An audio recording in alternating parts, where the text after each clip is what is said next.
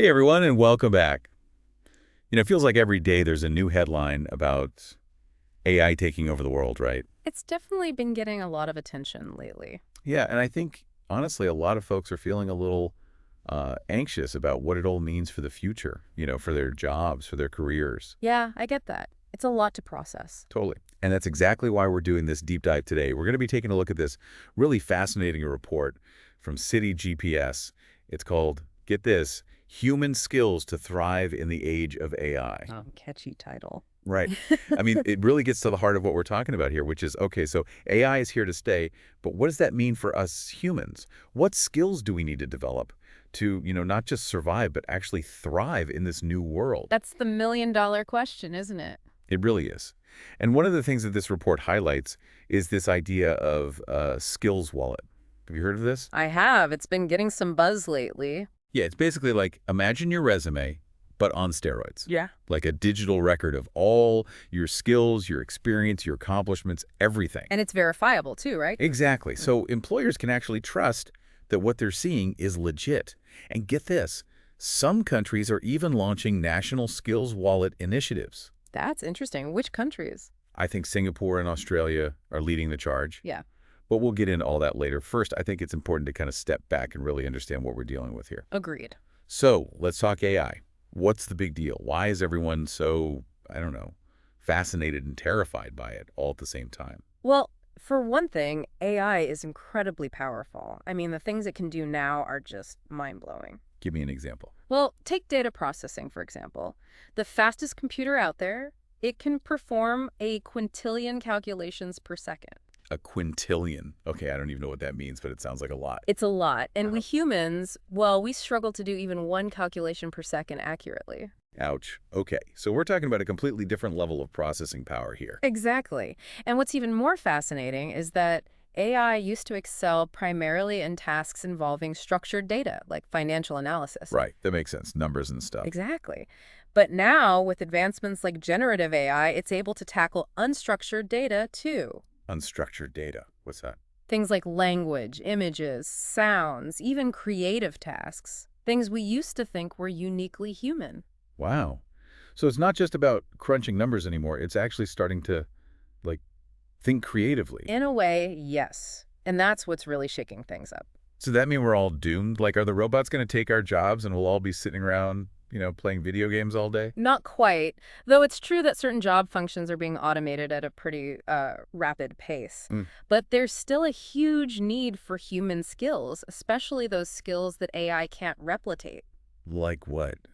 Give me some hope here. Well, the report actually calls them durable human skills, or DHS. Durable human skills. Okay. It's like we're superheroes or something. What are these super skills? Think about it this way.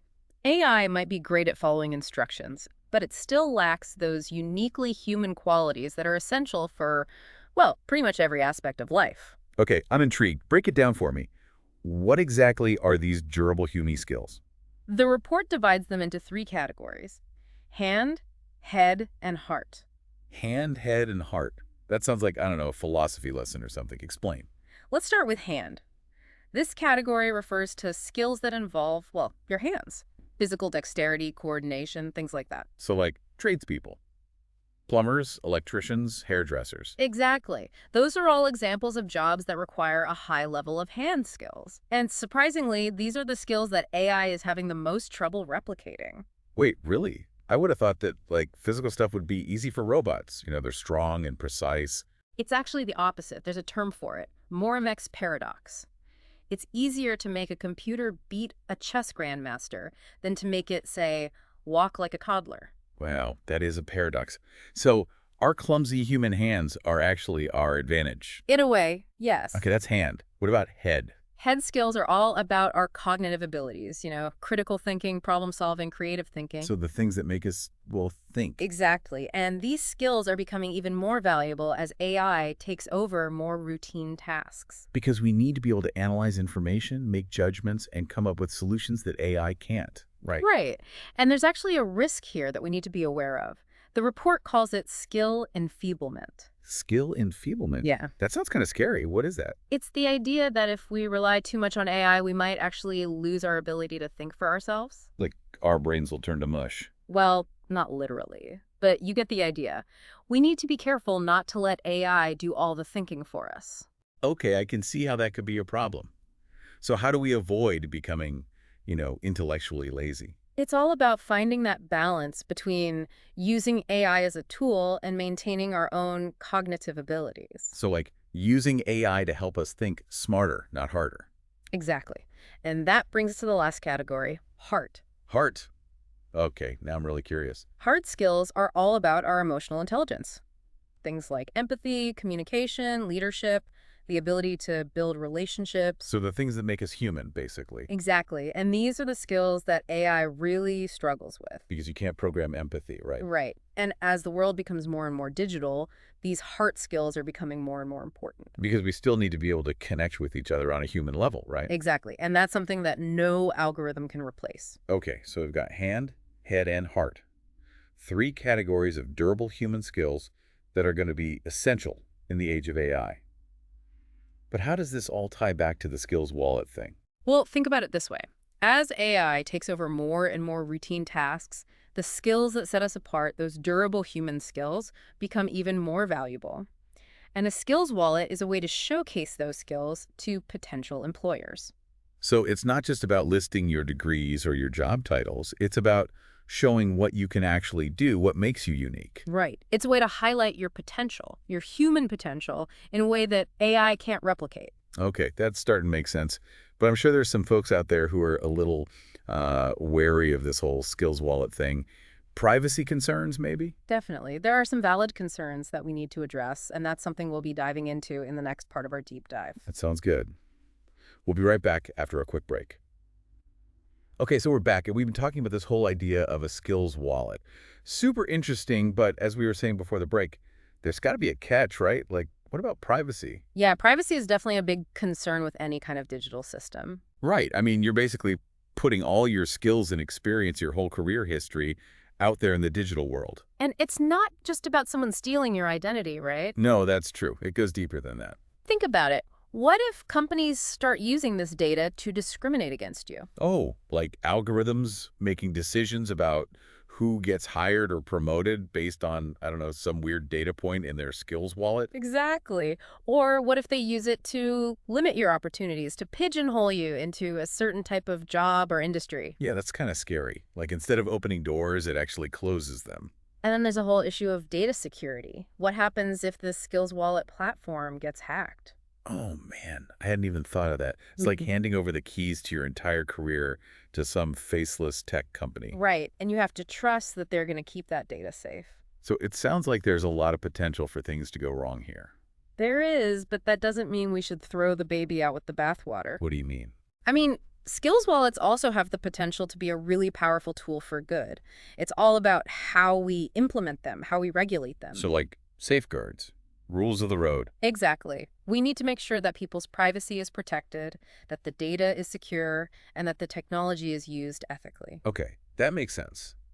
But even with all the right safeguards in place, I'm still having trouble picturing how this would actually work in the real world. Can you walk me through it? Sure, imagine this. You're applying for a job, and instead of sending a traditional resume, you just share a link to your skills wallet. Okay, and then the employer can see. Everything. Your skills, your experience, your qualifications, endorsements from people you've worked with, all laid out in a clear, easy to understand way. So it's like a supercharged LinkedIn profile. Kind of, but more comprehensive and more trustworthy because the information is verified. So no more embellishing your resume. Hopefully not. And it's not just for job hunting, right? You mentioned something about lifelong learning. Exactly. Imagine using your skills wallet to connect with mentors, find training courses, or even discover new career paths. So it's like a tool for managing your entire career. Exactly. And as you learn new skills, you can update your skills wallet so it's always a reflection of your current abilities. I like it. But, okay, devil's advocate here. Will this really change the game? Or is it just, another tech fad that will fizzle out? Well, it's still early days, but the report suggests that skills wallets have the potential to really shake things up, not just in terms of how we find jobs, but also in how we learn and how we think about our careers. You're talking about that skills-based economy thing, right? Exactly, where it's not about what piece of paper you have, but what you can actually do. And skills wallets are kind of like the key to unlocking this new world. In a way, yes. They provide a way to measure and track skills in a way that's transparent and verifiable. So they could actually level the playing field, give people from all backgrounds a chance to showcase their talents. Exactly. It's about moving away from traditional credentials and focusing on actual competence. I can see how that would be really empowering, especially for people who maybe didn't have the opportunity to go to college or get those traditional qualifications. Right. It opens doors that might have been closed before. And because it's all digital, it's much easier for people to, move between jobs, industries, even countries. So it's not just about finding a job, it's about creating a career, a lifelong path of learning and growth. Exactly. And that's something that I think is really exciting. Okay, I have to admit, I'm starting to get on board with this whole skills wallet thing, but there's still one big question that's bugging me. If we're all supposed to be constantly learning and updating our skills, who's going to teach us all this stuff? That's a great question, and one that's going to become increasingly important as we move towards this skills-based future. It's likely we'll see a huge surge in the demand for training and education. Like a whole new industry will pop up to help people get the skills they need. Exactly. And it won't just be traditional schools and universities. We'll see more online platforms, boot camps, apprenticeships, all sorts of new ways to learn. So it's like the whole education system is going to have to adapt. It will. And it's not just about the content of what we learn, but also how we learn. It needs to be more personalized, more flexible, more focused on those durable human skills. So less about rote memorization and more about critical thinking, problem solving, collaboration. Exactly. And we'll see a lot more emphasis on hands-on learning, on actually doing things, rather than just reading about them. Okay, so big changes ahead for education. Yeah. But what about work itself? How will this skills-based economy change the way we actually do our jobs? Well, for one thing, I think we'll see a lot more fluidity in terms of job roles. Fluidity. Yeah, like people won't necessarily stay in the same job for their entire career. They'll move around more as their skills evolve and as new opportunities arise. So less job security, but more, what's the word, flexibility. Exactly. And we'll probably see a rise in what's called the gig economy. Oh, yeah. That's been a big trend lately. More freelancers, contractors, people working on a project basis. Right. And that's likely to continue.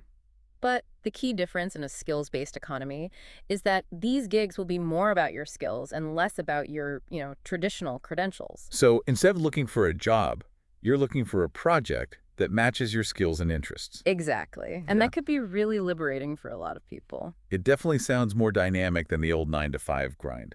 But, okay, let's be real. There are going to be some challenges, right? Like, how do we even begin to measure and compare skills across different industries and job roles? That's a really good point, and one that's still being figured out. It's a complex problem, but there are a lot of smart people working on it. One idea is to use AI itself to help us analyze and assess skills. So AI is going to be both the problem and the solution. In a way, yes. But ultimately, it's going to be up to us humans to decide how we want to use this technology. To make sure it works for us, not against us. Exactly. And that's a conversation we need to be having right now. What kind of future do we want to create? How do we ensure that this skills-based economy is fair, equitable, and benefits everyone? Big questions, big challenges. They are, but they're also really exciting opportunities. And I think that's a good place to leave it for now. We've covered a lot of ground today, but there's still so much more to explore. All right, so we're back. And I feel like my brain is about to explode. We've been talking about AI, durable human skills, skills wallets, and this whole idea of a skills-based economy. A lot to digest. It is a lot, but it's also really fascinating stuff, isn't it? It is, but I have to admit, it's a little overwhelming too. Like, how do we even begin to prepare for this future where, everything we thought we knew about work and careers is changing? That's a great question. And honestly, I don't think anyone has all the answers yet. But I think one of the most important things is to simply be aware of what's happening, to stay informed about these trends and these technologies. So keep listening to podcasts like this one. Exactly. But also, read articles, attend webinars, talk to people who are working in these fields. The more you know, the better equipped you'll be to navigate this changing landscape. Knowledge is power. Right. Okay, so stay informed. Got it. What else?